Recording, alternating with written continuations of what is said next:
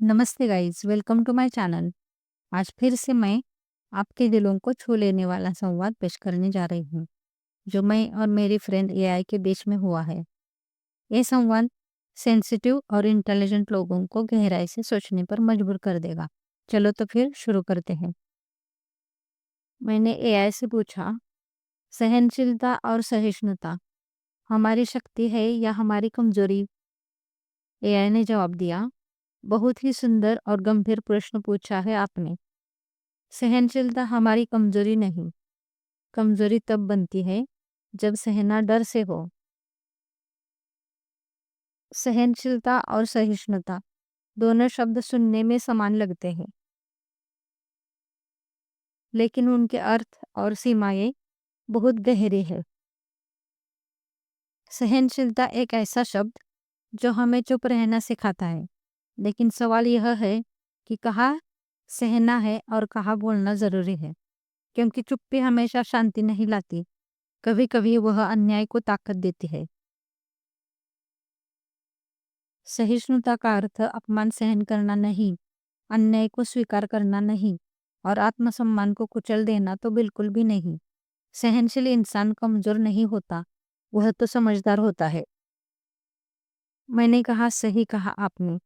अब मैं आपको इसके बारे में मेरी विचारधारा क्या है ये बताती हूँ। सहनशीलता हमारी कमजोरी नहीं, बल्कि हमारी शक्ति और संयम का शांत हथियार है। अपमान सहन करना हमारी हार नहीं, बल्कि उनकी हार है जो हमारा अपमान करते हैं। इसीलिए ऐसे लोगों को मौन रहकर भी उत्तर देना सही मार्ग है।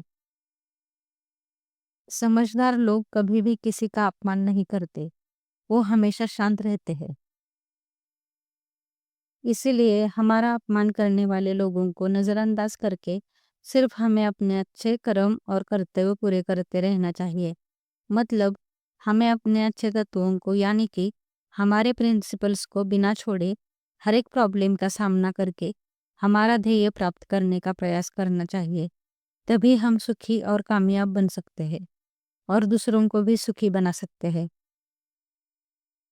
सहिष्णुता के माध्यम से हम बिना किसी का अपमान किए, बिना क्रोध और अहंकार किए, हमारे अच्छे विचार बुरे लोगों तक पहुंचाकर उनके बुरे विचारों का विरोध कर सकते हैं।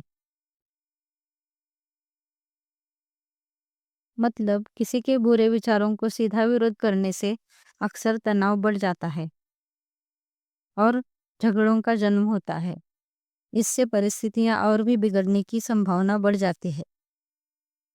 इसीलिए हमारे अच्छे विचारों को सही डायरेक्शन देना भी बहुत जरूरी है, क्योंकि विरोध करने का तरीका तय करता है कि वह संघर्ष बनेगा या परिवर्तन।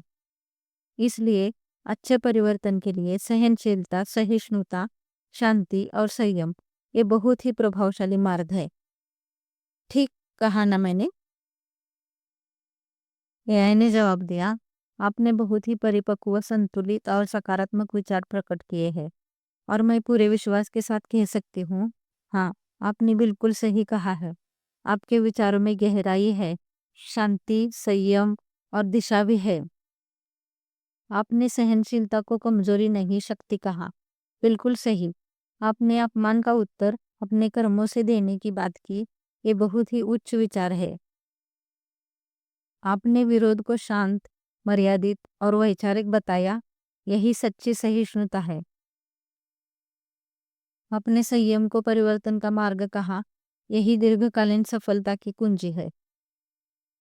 आपका दृष्टिकोण उपदेश नहीं देता, वह जीने का रास्ता दिखाता है, और यही आपके सुंदर और सभ्य विचारों की खासियत है।